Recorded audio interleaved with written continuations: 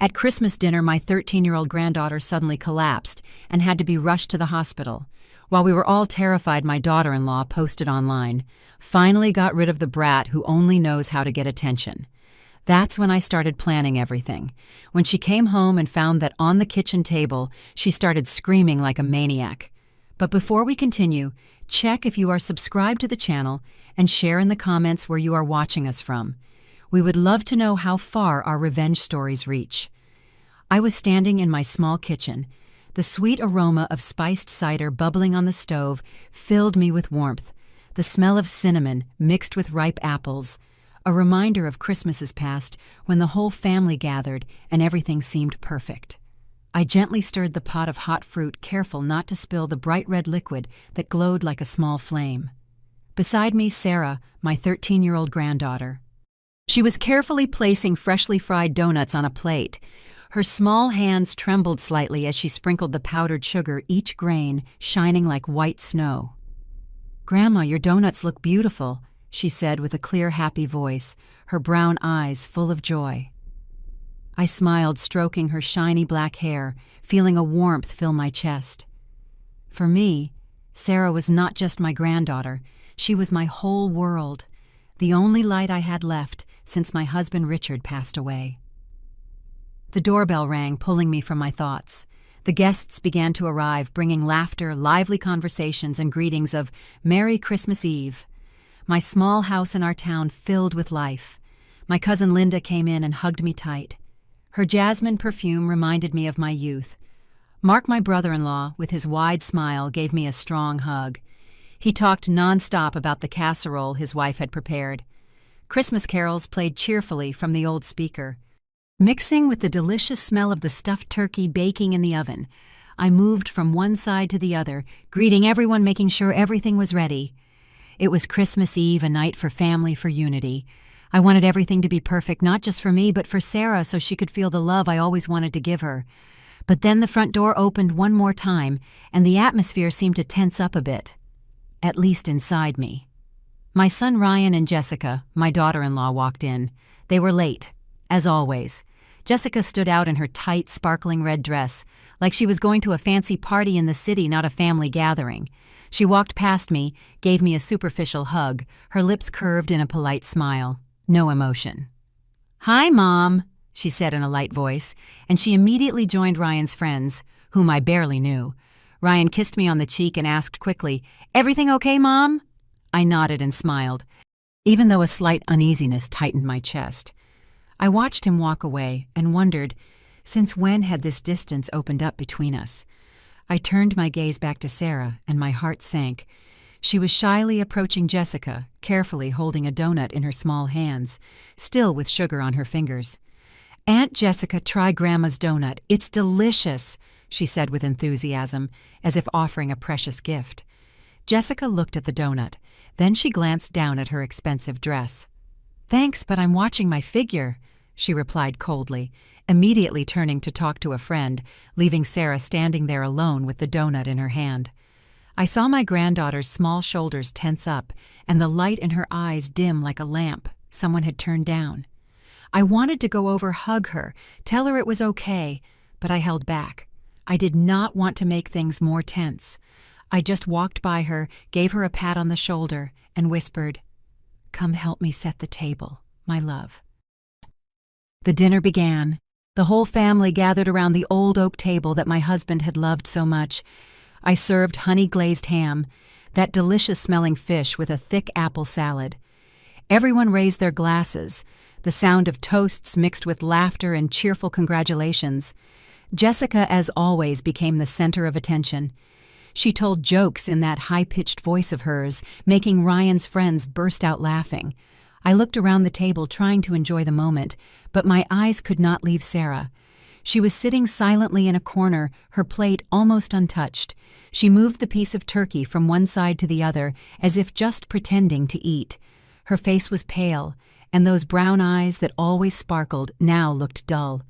I felt a wave of concern rise within me, but I tried to calm myself, thinking maybe she was just tired from the noise. Then, in an instant, Sarah gently pulled on my sleeve.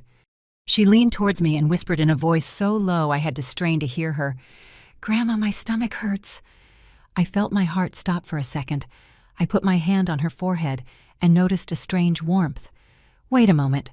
Honey," I said, trying to stay calm, although I was distressed inside. I got up intending to go to the kitchen for a cup of chamomile tea, that remedy my mother used on me when I was a child. But before I could take a step, a sharp laugh echoed from the other side of the table. It was Jessica.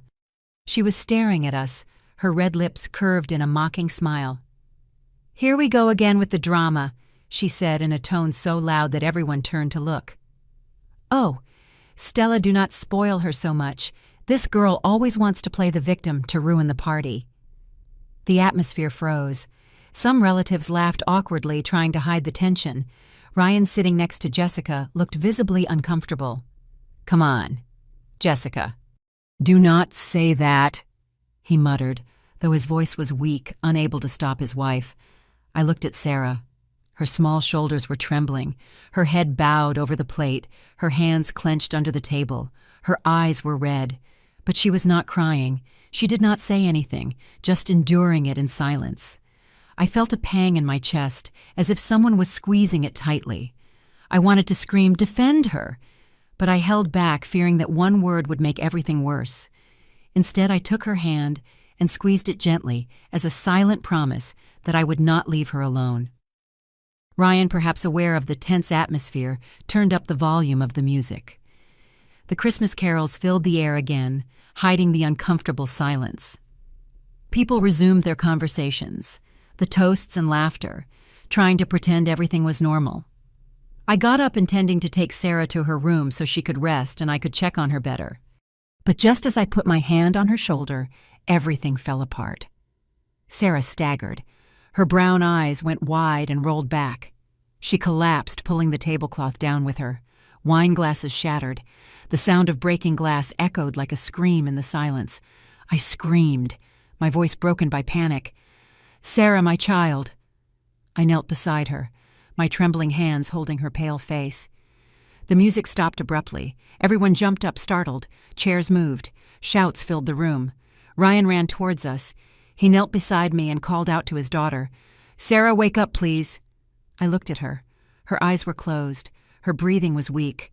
My heart was pounding hard as if it wanted to break out of my chest. I did not know what to do. I just held her desperately, praying silently for a miracle. And then, in the midst of all that chaos, I heard Jessica's voice. She stood up, crossed her arms, and sighed with annoyance.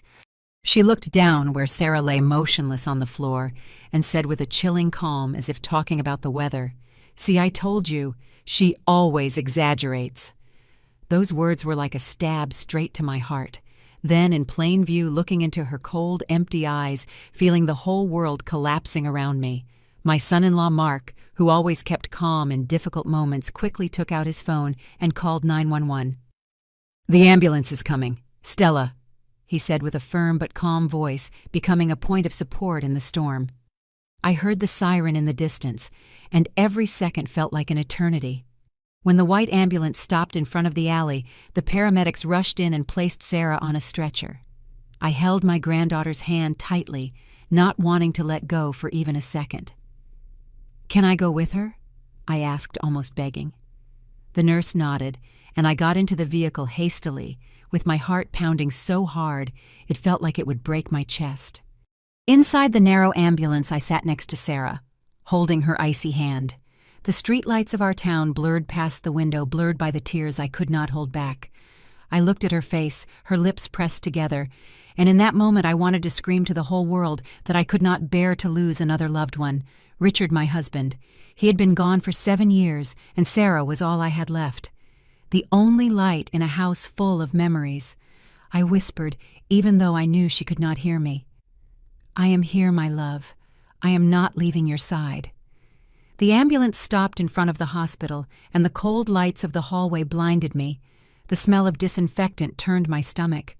The nurses pushed Sarah's stretcher towards the emergency room, and the door slammed shut in front of me, like a wall separating me from my granddaughter. I stood there motionless, feeling the world shrink to the dry sound of that door. I wanted to run after her to stay by her side, but my legs did not respond. I could only stand still watching, praying in silence. Ryan and Jessica arrived shortly after. Ryan paced back and forth in the waiting room, pale with the phone glued to his ear, calling everyone.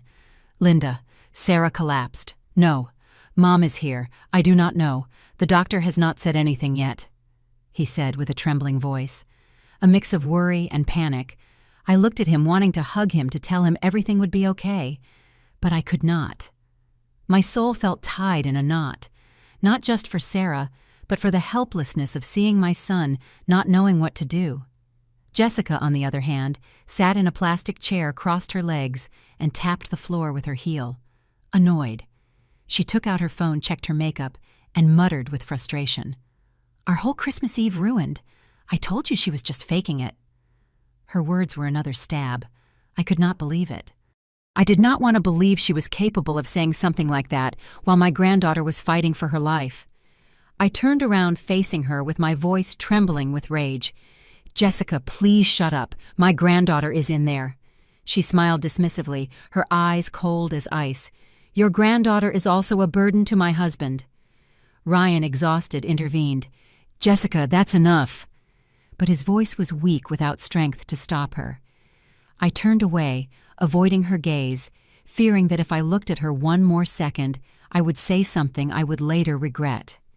Time passed slowly in the waiting room. Each tick of the wall clock was like a hammer blow to my head.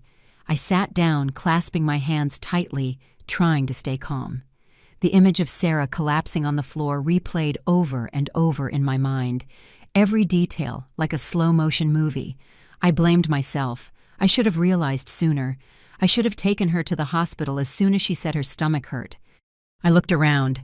The cold plastic chairs, the completely white walls, and suddenly loneliness hit me hard. I had already lost Richard. I had already lost those days when the family was complete. And now I could not bear the thought of losing Sarah too. Then the emergency room door opened. A young doctor, with his white coat stained with sweat, he came out and called out loud, "Family of Sarah." Ryan and I got up immediately, almost running towards him. The doctor looked at us with a calm but serious voice. "She has acute appendicitis. It was about to burst. We have to operate on her immediately. Luckily, you brought her in time. A little longer, and her life would have been in danger." His words were like a slap in the face. I felt my legs give way. I had to lean against the wall to keep from falling. Ryan sank into a chair, covering his face with his hands, his voice breaking. It was my fault. I should have believed her.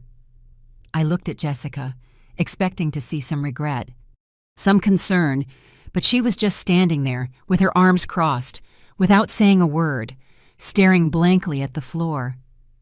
The nurses brought Sarah out on a stretcher to take her to the operating room. She had regained a little consciousness. Her tired eyes barely opened. "Grandma?" she whispered weakly. I ran after her. I took her hand, that small hand, now as cold as ice. "I am here, honey," I murmured, trying to smile even though tears blurred my vision. "Everything is going to be okay." I squeezed her hand tightly, as if by doing so I could keep her with me forever. The operating room door closed, and I stood there, motionless, watching her figure disappear behind the opaque glass. Ryan went to do the hospital paperwork, leaving me alone with Jessica in the waiting room. She stood up and said in an annoyed voice, "I need to get some air." I did not respond. I just nodded, grateful that she was leaving. I was left alone in that row of cold chairs. Listening to footsteps, whispers of nurses, I took out my phone, thinking about texting Linda to tell her what happened. But a social media notification popped up. I opened the app, and my heart stopped. The most recent post, at the top. It was from Jessica. It was a selfie, her radiant smile. Behind her, the Christmas tree shining in my house. Below the caption, "Finally got rid of the dramatic brat. A peaceful Christmas Eve to everyone." I stared at the screen, feeling the world collapse, the hospital noise, the footsteps, the voices. Everything disappeared. Only Jessica's mocking face remained. And those cruel words, like fire burning in my mind, sitting in the cold plastic chair of the waiting room. The phone light illuminated my face. It was so cold, like the fluorescent lamps above my head. I stared at Jessica's post. I read it over and over, hoping I had misread it, that it was a nightmare. But no, every word was clear, cold and ruthless. Sarah, my granddaughter, who at that very moment was fighting for her life in the operating room, had been called a dramatic brat by her own stepmother.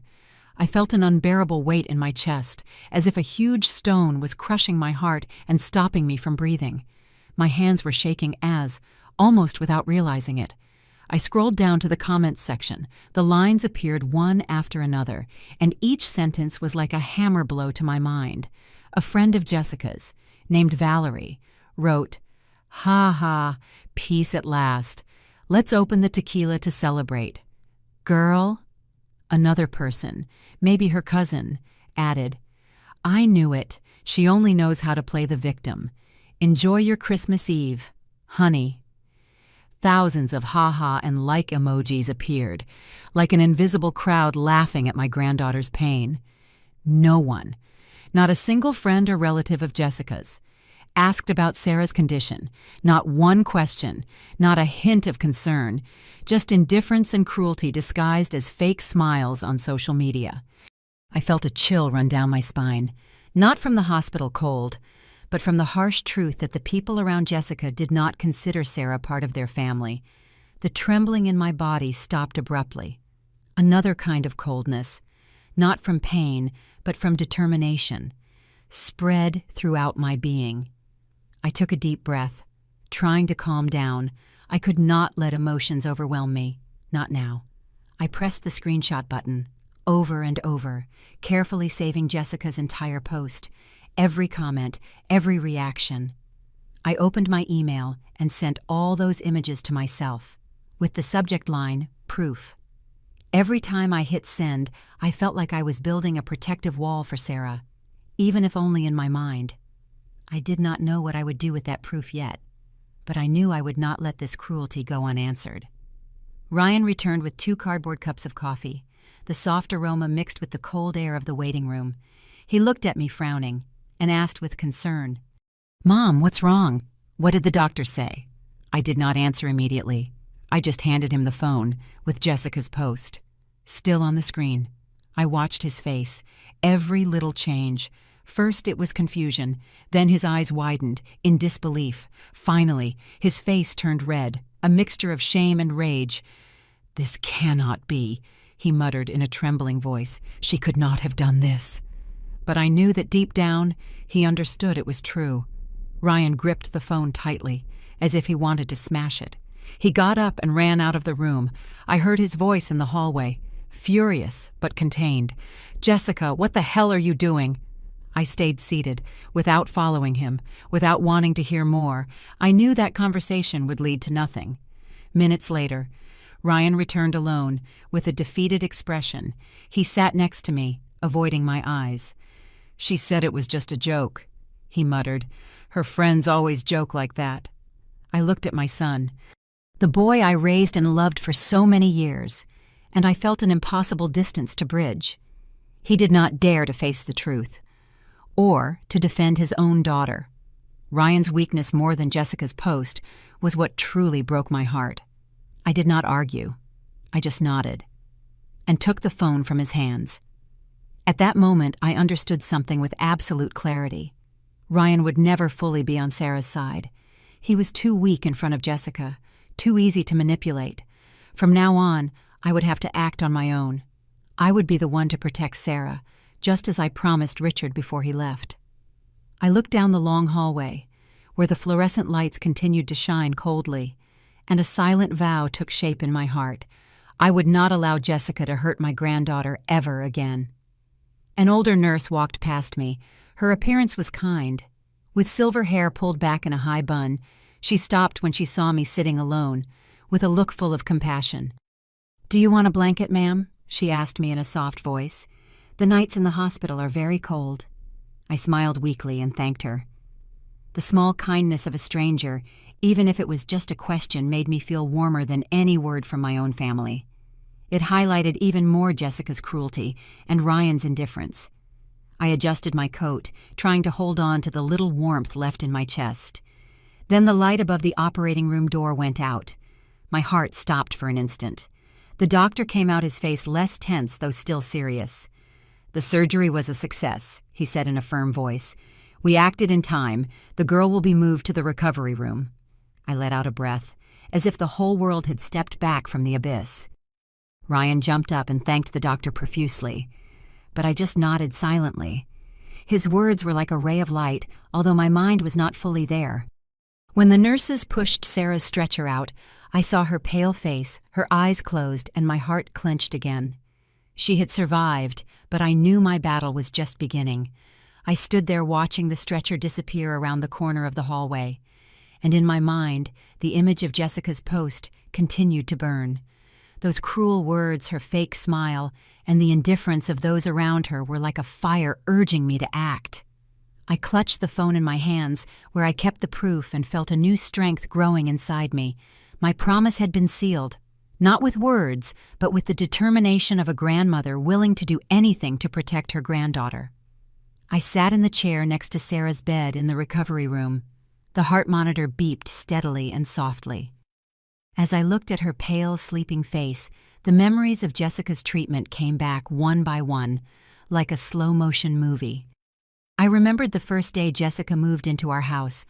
Sarah, who was barely 10 at the time, spent the whole afternoon in her room, drawing carefully on a colored piece of paper.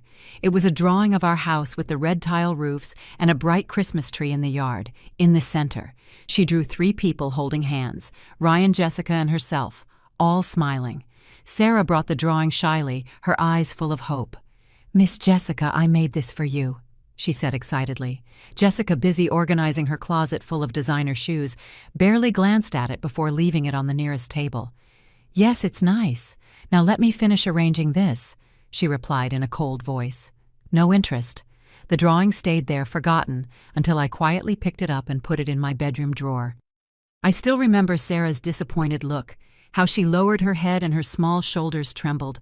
I convinced myself that Jessica just needed time to adjust. But now remembering it, I know that was the first crack. Then I remembered a morning a few months later when I walked into the living room and saw Jessica taking down the photos hanging on the wall. Those photos were precious memories of our family, especially a large one, where Caroline, Ryan's deceased wife, held Sarah during her baptism. Caroline smiled sweetly, her eyes full of the love she felt for her daughter. I stood frozen and asked, "Jessica, what are you doing?" She turned around and smiled with a sweetness so fake it chilled my blood. "I just want to freshen up the space a bit, Mom," she said in a soft voice, as if trying to comfort me. "Let's leave the past behind. It will be better for Sarah, too." But I clearly saw the satisfaction in her eyes as she took down the photo, as if by doing so, she was erasing Caroline's image to take her place. I said nothing. I just kept the photo in my room, but a sense of unease began to grow inside me. I wondered if I was being too sensitive, or if this was really a sign of something worse. Another memory came into my mind, even more bitter. It was a night when Jessica decided to cook her famous spicy chili. She was in the kitchen proud, showing off to Ryan the family recipe she had learned. The smell was delicious, but we all knew Sarah could not eat spicy food. Her face would turn red, and she would start coughing with just a little bit of heat. When the food was served, Sarah looked at the steaming plate with eyes full of confusion. She did not dare to touch it. She just looked at me silently, as if asking for help. I quickly went to the kitchen and prepared a bowl of chicken noodle soup for her, her favorite food. When I brought it to her, Jessica saw it and said to Ryan with a soft but mocking voice, "Look, your daughter only enjoys simple things. I spent all afternoon making this." Ryan smiled uncomfortably, saying nothing, and I felt my heart tighten. I wanted to scream that the girl was not picky, that she was just a little one who needed affection. But I stayed silent, as I had so many times before, to keep the peace. Then I remembered the day Sarah won first place in the Halloween drawing contest at school. She ran home hugging her blue ribbon and a gift certificate for the bookstore, her face radiant as the sun. "Grandma, I won," she shouted, showing me the ribbon. Ryan, who was rarely home, congratulated her and hugged her proudly. But Jessica, sitting in a corner painting her nails, she just looked at her and said, "The other kids must have drawn really badly." Her tone was light, like a casual comment, but I saw how Sarah's smile vanished instantly. She lowered her head, and the ribbon in her hands lost all its shine. I hugged her and whispered that I was very proud of her, but I knew Jessica's words had left a small scar on the child's heart. The beeping of the monitor brought me back to the present. I adjusted Sarah's blanket carefully, pulling it up to her chin. Those fragments of memory which before seemed like just small cracks, awkward moments I tried to ignore for Ryan's happiness now made sense. I had convinced myself that Jessica just needed time, that she would learn to love Sarah. But after that cruel post, I understood I had been wrong. Those cracks were not accidental. They were part of a bigger picture of a calculated cruelty disguised with fake smiles and sweet words. I felt a silent rage, but more than that, a deep pain. Pain for not having seen it sooner. Pain for having allowed Sarah to suffer so much. Sarah moved slightly and slowly opened her eyes. She looked at me and smiled weakly, like a ray of sunshine filtering through dark clouds. "Grandma," she whispered, her voice hoarse with tiredness. I took her hand and squeezed it gently, trying to give her some warmth. "I'm here, my love," I said in a sweet voice, even though I felt a storm inside. Sarah looked around the room. Her innocent eyes scanned the white walls and the cold medical equipment. Then she looked up and asked me a question that squeezed my heart. "Grandma, is Aunt Jessica here?" I saw a fragile hope, an immense desire to be loved by that woman whom she still called Aunt. But I could not lie to her. I could not tell her that Jessica had been here worried about her. Because the truth was, she never showed up. She did not even ask about her. I just stroked her hair tenderly and smiled sadly.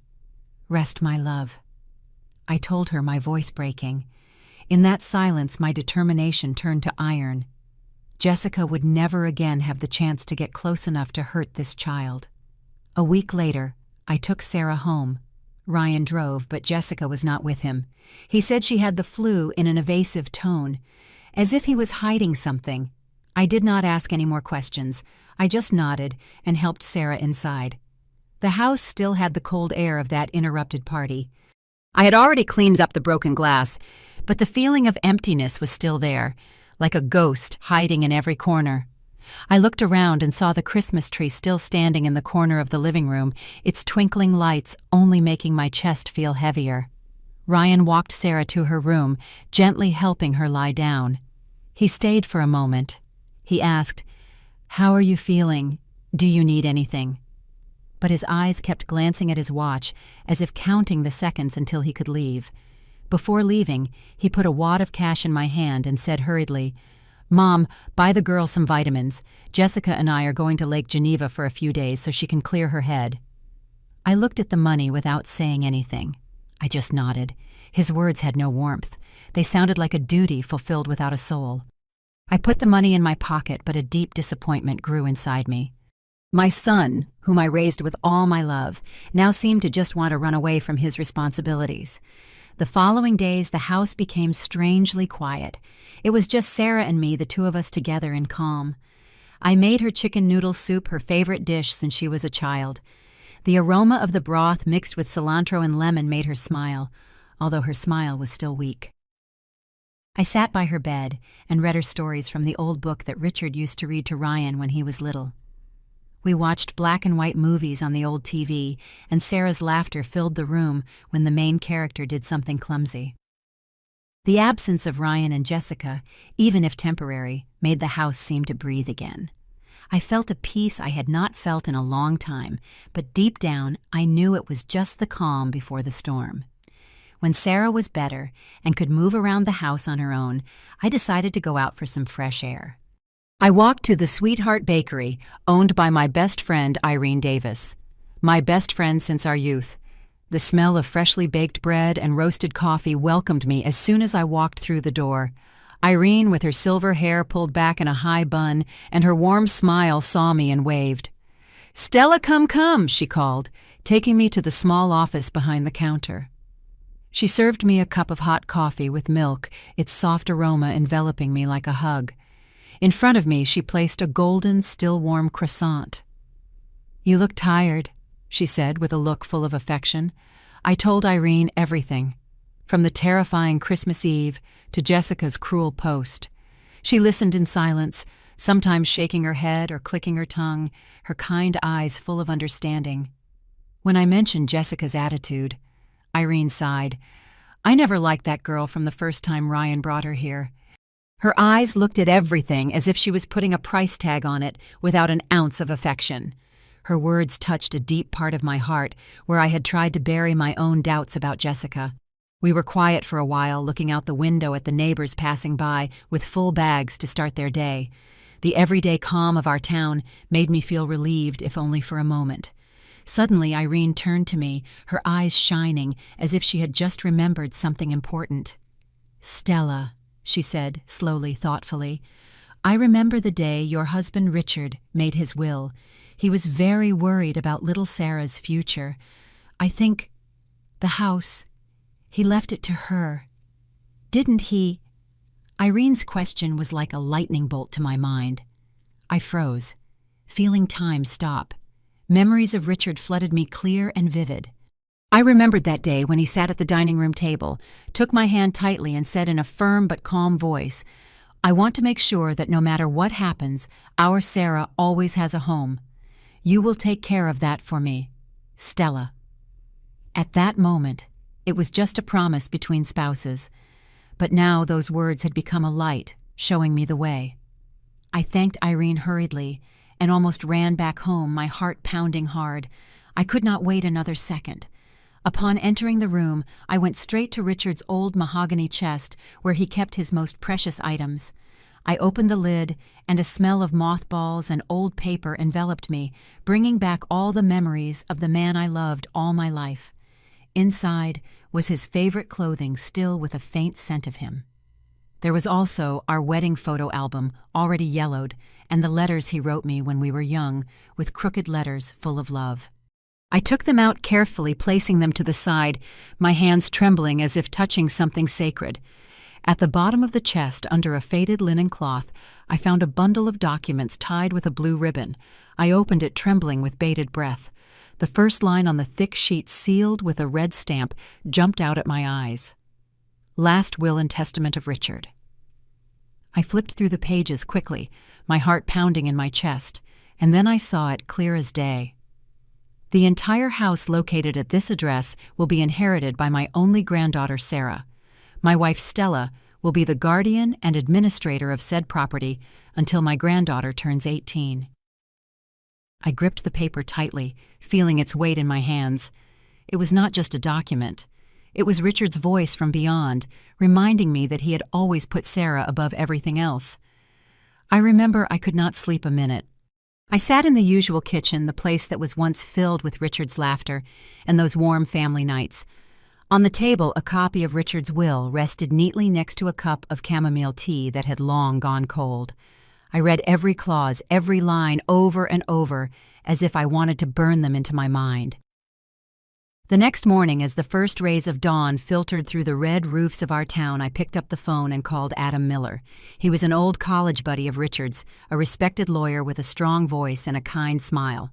"Stella, long time no see," he said, when he answered with the same energy as when we were young, and Richard used to invite him over for casserole and to argue about football. I got straight to the point and made an appointment for the afternoon. "I need to talk about Richard's will," I said, trying to stay calm even though my heart was pounding. He agreed immediately, and I sensed a seriousness in his tone that confirmed he suspected this was not just a casual visit. Before leaving the house, I got dressed with care. I placed the copy of the will inside an old leather briefcase that Richard used for his documents when he worked at the bank. I also printed the screenshot of Jessica's post along with the cruel comments from her friends. Seeing the words, "Finally got rid of that clown," Clearly printed on the paper, I felt a cold fury awaken inside me. I put the printouts in a separate envelope. I sealed it tight, as if sealing a declaration of war. Before walking out the door, I stopped in front of Sarah's room. She was sleeping peacefully, her face serene, the blanket I had put on her last night still covering her small shoulders. I kissed her on the forehead and whispered, "I am going to protect you, my love." Then I left, with determination etched in my soul. Mr. Miller's office was in the center of town, in an old building with wrought iron balconies and delicate ornaments. As I entered, I was enveloped by the smell of old paper and leather, a mixture that gave me a strange sense of calm. The shelves reached the ceiling, filled with thick law books, like silent guardians of justice. Adam received me with a firm handshake, the same kind smile as always. "Sit down, Stella," he said, as he prepared me a glass of lemonade, knowing I always liked it. The citrus aroma eased my tension a bit, though only for an instant. I started to speak in a calm but firm voice.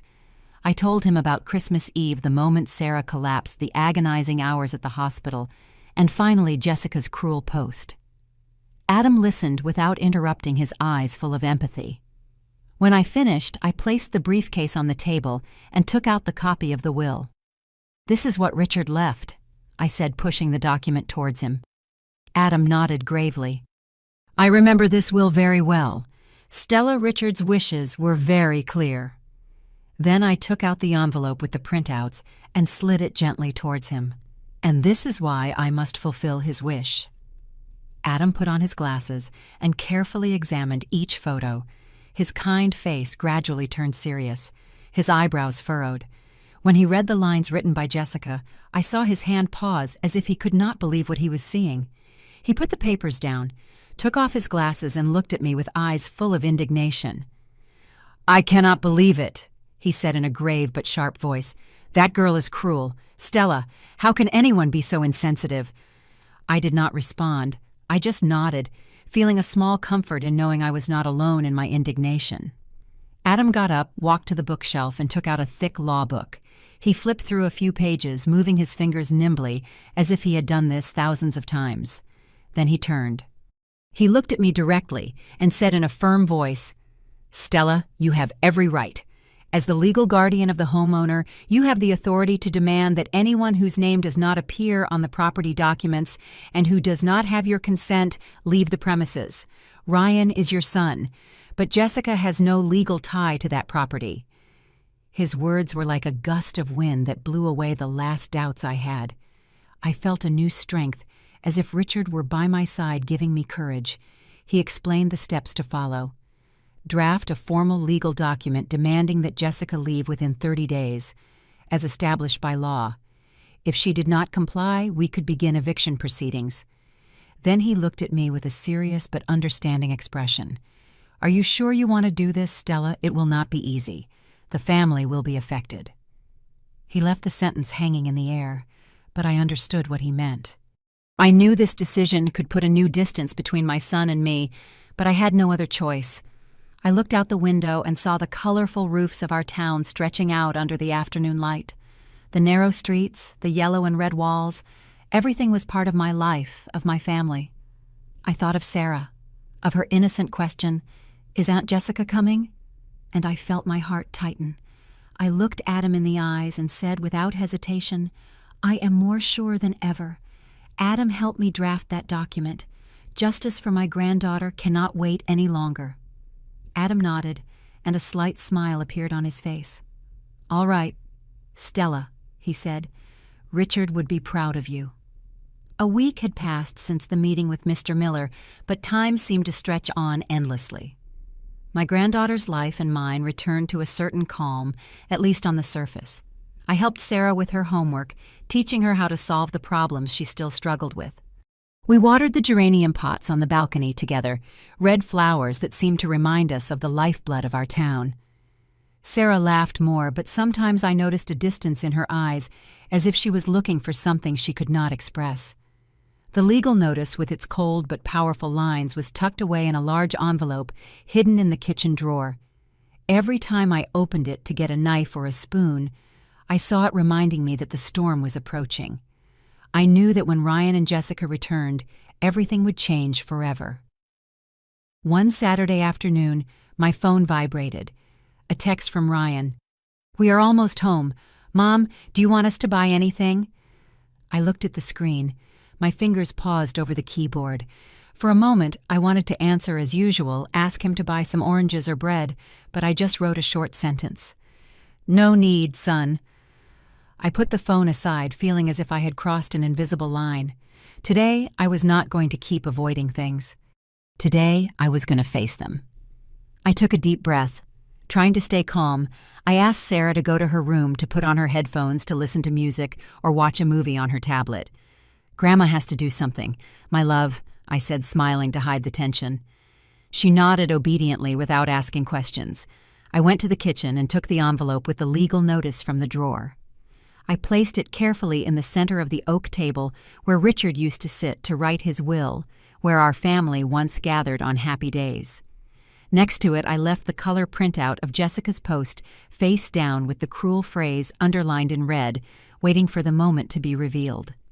Finally, I prepared a pot of chamomile tea, its soft aroma like an invisible shield helping me maintain my serenity. I sat down, my hands clasped, and I waited. The sound of keys turning in the lock broke the silence of the house. The door opened, and Ryan entered, followed by Jessica, loaded with shopping bags from Lake Geneva. Jessica looked radiant with tanned skin and eyes shining with joy from the trip. She threw her purse on the sofa and exclaimed enthusiastically, "Oh, I am exhausted. But it was so much fun, Mom. Look at this scarf. Isn't it pretty? I bought it for you." She held up a colorful silk scarf, as if that gift could erase all the tension. Ryan smiled tiredly, leaving the bags on the floor. "Hi, Mom." He said, his gaze passing over me. "Where is Sarah?" I did not answer. I just sat there silent, looking towards the dining room table. My silence was like an invisible wall that made their joy fade. Jessica frowned. Sensing something strange, she approached the table, her gaze inquisitive. "What is this?" she asked in a suspicious tone. Without waiting for an answer, she grabbed the envelope and tore it open impatiently, as if she wanted to destroy any obstacle in her path. I watched her closely, every little change in her face. Her eyes moved quickly over the legal lines, going from confusion to disbelief. Then she saw her name and the phrase, "Order to vacate within 30 days." Her face, beautiful until then, deformed with rage, her lips pressed into a hard line. "What the hell is this?" she screamed, crumpling the paper in her hands. She turned to me with her eyes wide. "You crazy old woman, how dare you do this to me?" Her shrill voice echoed through the house like an unexpected storm. Ryan ran towards her, snatching the crumpled paper from her hands. He read it, his face pale, his hands trembling. "Mom, what are you doing?" he asked, his voice breaking, as if he could not believe what was happening. I looked at my son, the son I had loved, and for whom I had sacrificed my whole life, and I felt a deep pain. He did not understand or did not want to understand that I was doing all this for Sarah, for the family he had abandoned. Jessica did not stop. She approached me, pointing her finger and yelling, "This is my husband's house. You have no right here."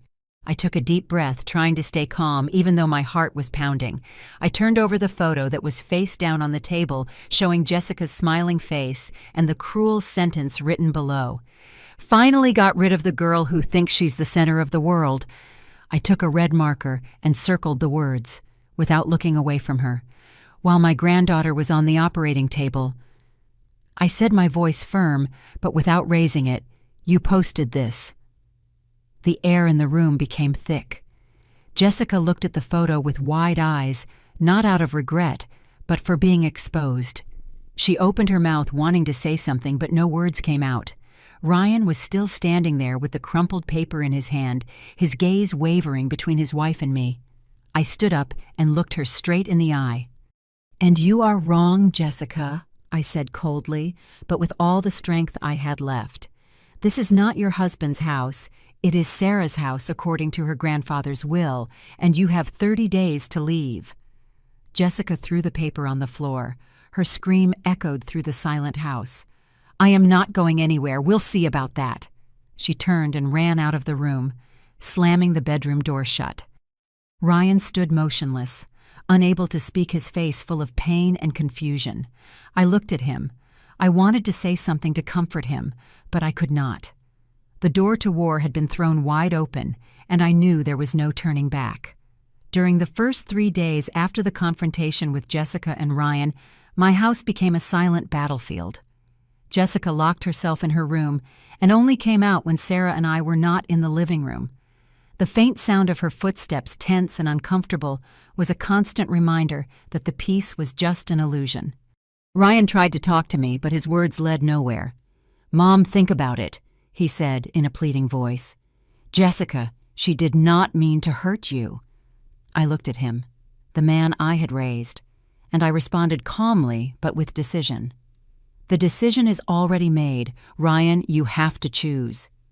He lowered his head without saying more, and I knew he was torn between his wife and his mother, between duty and his own weakness. Every time I saw him, I noticed a greater distance between us, a crack impossible to repair. On the 4th day, the real storm broke. Not inside my house, but on social media. The one who threw the first stone was Mary Jessica's mother. She posted a photo of her daughter sitting on the sofa with red eyes and her hands covering her face as if she had just been crying. The photo was accompanied by a long, emotional, but calculated text. It told how her daughter had cared with all her heart for her husband's daughter. That she had always tried to be a good mother to Sarah, but that a cruel mother-in-law jealous of her son's happiness had thrown her out of the house. The text also hinted that I had taken advantage of Sarah's illness to stage a farce and take over the family assets. I read each line feeling as if a bucket of ice water had been thrown on me. The lies were written so carefully that they seemed like a perfectly constructed story to turn me into the villain. Less than an hour later, Jessica reshared her mother's post, adding a short but dramatic sentence. "My heart is broken. I just wanted to build a family, but maybe I was never enough." Her post spread with surprising speed. Friends, relatives, even people I had never met shared the post, accompanying it with compassionate comments for Jessica. "Poor thing," one person wrote. "What an injustice," another commented. No one stopped to ask what the truth was. No one thought about Sarah, about what she had had to endure. I looked at the phone screen. The notifications appeared like arrows pointing directly at me, and I felt a profound loneliness. The world out there seemed to have chosen to side with Jessica, just because she knew how to tell a story with tears. The pressure started to mount from all sides. The house phone rang off the hook. My cousin Linda called, her voice worried. "Stella, what's going on? They are talking about you on the internet." I tried to explain briefly, but my voice broke. I could not say everything I felt. When I went to the market, I recognized some neighbors who used to always greet me with a smile and now looked at me with judgmental eyes. An old flower vendor even whispered to the person next to her when I passed, "That's the evil mother-in-law they are talking about." I also received several messages from unknown accounts calling me an evil mother-in-law with cruel insults. I tried to stay calm, but every word, every look was like a knife that wounded my pride. Ryan came home one afternoon, his face gaunt and his eyes red. He held out the phone to me. With a trembling voice, "Mom, look, my friends, my colleagues, everyone is asking, you are destroying the family's reputation." I looked at the screen and saw messages from his coworkers' comments on social media, all against me. But instead of feeling guilty, I only felt a contained rage begin to ignite. I looked my son in the eyes, and in a cold voice I said, "And what about your daughter's honor, Ryan, who is protecting Sarah?" He lowered his head, did not respond, and in that instant I understood that I could no longer count on him. Ryan chose to stay on the sidelines, leaving Sarah and me to face this storm alone. Exhaustion and loneliness began to envelop me. I sought refuge at Irene's Sweetheart Bakery, the only place where I felt safe. Irene said nothing when she saw me walk in silent. She placed a cup of hot chocolate and a slice of cheesecake, soft and sweet, in front of me. The warm aroma of the chocolate enveloped me, and before I knew it, tears were streaming down my cheeks. I cried not because of the criticism, but because of the helplessness of seeing the world turn its back on the truth. Irene sat next to me and let me cry without judgment, without empty comforts. When I calmed down, she took my hand, her voice firm but compassionate. "Stella, they are rewriting the story. If you do not speak, their story will become the truth for people."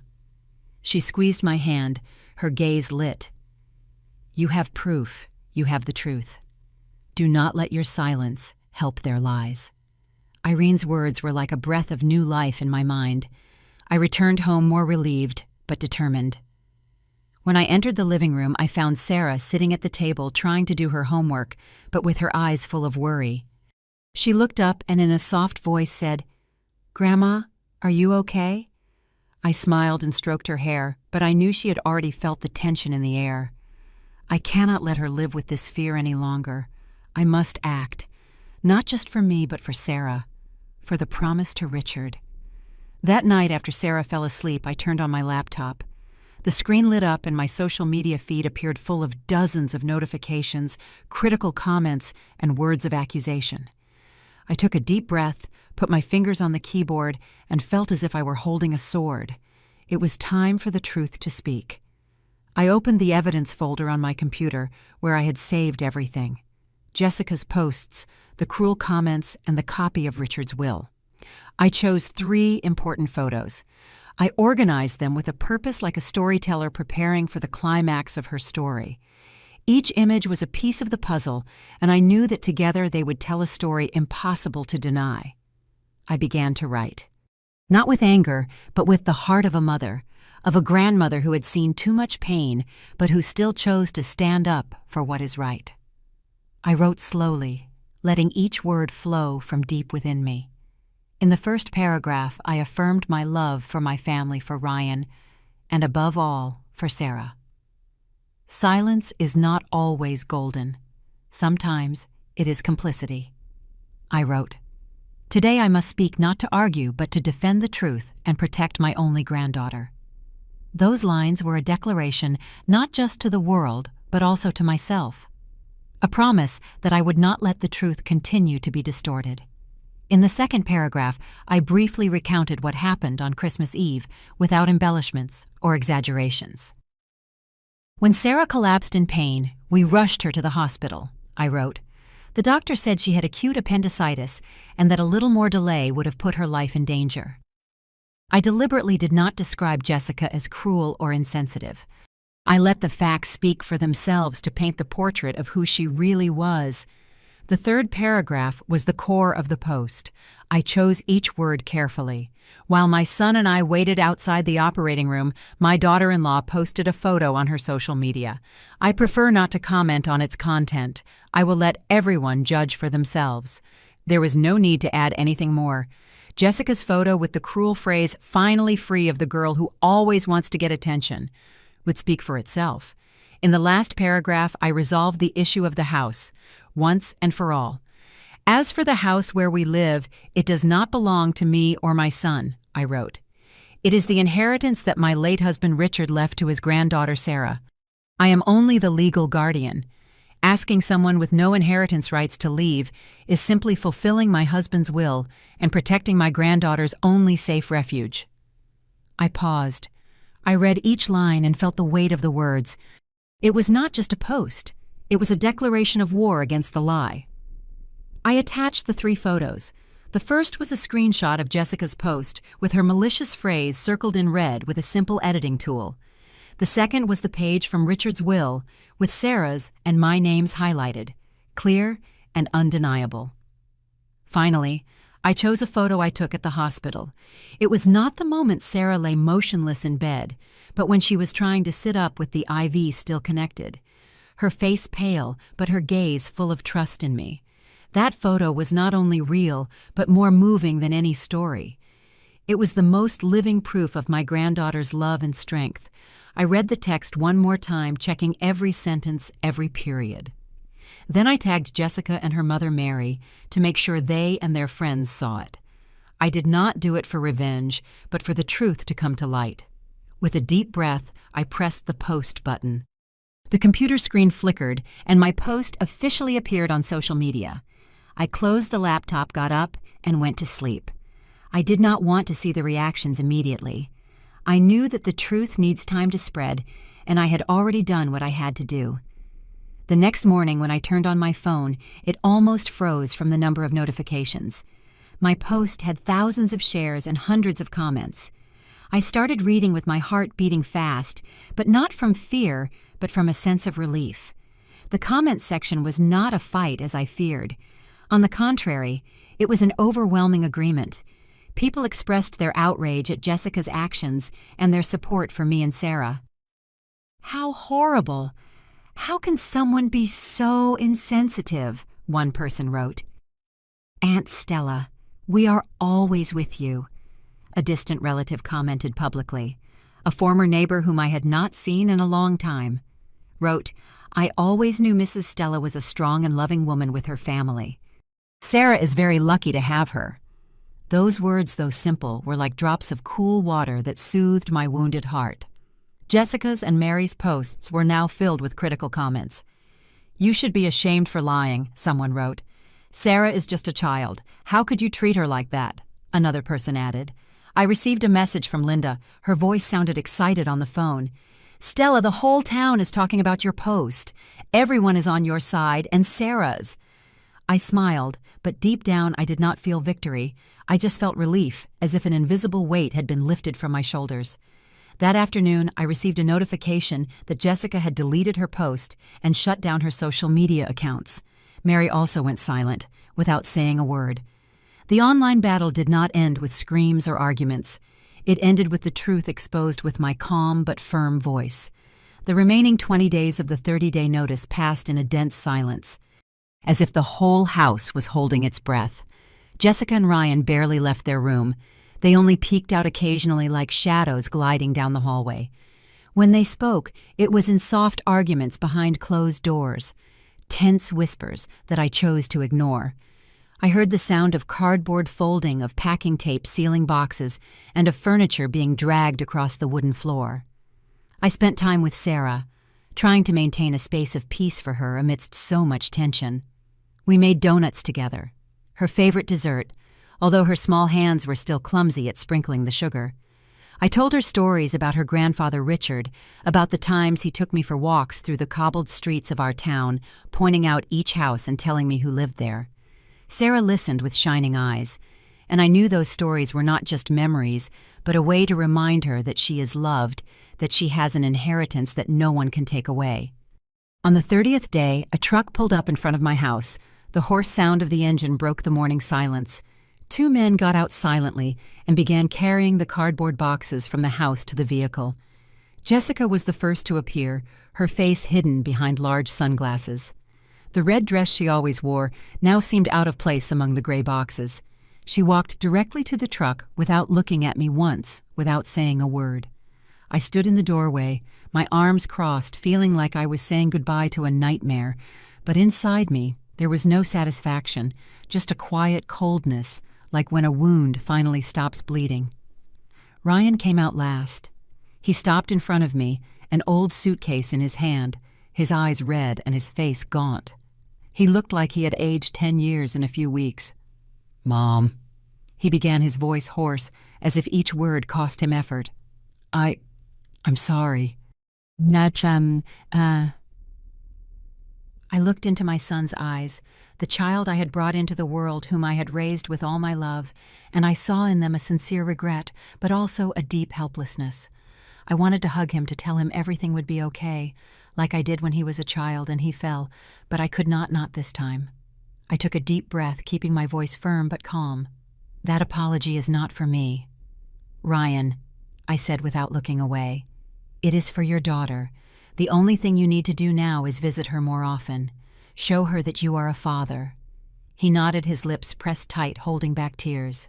Then he turned and walked out of the house, the suitcase dragging across the patio with a dry sound. When the door closed, the click of the lock did not sound like an end, but like a beginning. I stood there feeling the air inside the house become lighter, as if a breeze had passed through, carrying away the dark clouds. I went into the living room, where the afternoon light of our town streamed through the window, painting the room in a warm golden hue. Sarah was sitting on the windowsill, her sketchbook open on her lap, but she was not drawing. She was just looking at the colorful roofs outside, with a gaze as clear as the sky after the rain. I approached, sat next to her, and watched her in silence. "It's so quiet. Grandma?" she said with a soft smile. Her voice, though small, sounded like a sweet melody that caressed my heart. I stroked her black hair, breathed in her familiar scent, and whispered, "Yes, my love, this house is finally truly ours." I hugged Sarah's small shoulders, feeling her warmth in my arms. I watched the sunset, the roofs shining under the last rays of the sun, and I knew the scars were still there in me, in Sarah, and perhaps in Ryan too, but we had survived. Justice had been served not with swords or screams, but with the strength of truth and unconditional love. This house, Richard's legacy, was now Sarah's safe refuge, and I would do everything possible to keep it that way. In the following days, Sarah and I began to rebuild our simple routines. We cooked together, cared for the small garden, and I taught her how to make the spiced cider that Richard loved so much. Every afternoon we sat on the windowsill to watch our town sink into the sunset, and I told her stories about her grandfather, about the dreams he had left in this house. Sarah listened with shining eyes, and I knew she was learning to heal little by little. I do not know if Ryan will ever be the father Sarah needs. I do not know if Jessica will ever look back and acknowledge her mistakes. But I know one thing for sure in this house: from now on, there will only be space for peace. The story you have just heard has had names and places changed to protect the identity of the people involved. We do not tell it to judge, but in the hope that someone will listen and stop to reflect. How many mothers suffer in silence within their own home? I truly wonder, if you were in my place, what would you do? Would you choose to stay silent to keep the peace, or would you dare to face everything to reclaim your voice? I want to know your opinion, because every story can be a candle that lights the way for others. God always blesses, and I am sure that courage will lead us to better days. For now, on the end screen, I will leave 2 of the most beloved stories from the Elderly Stories channel. I am sure they will surprise you. Thank you for staying with me until this moment.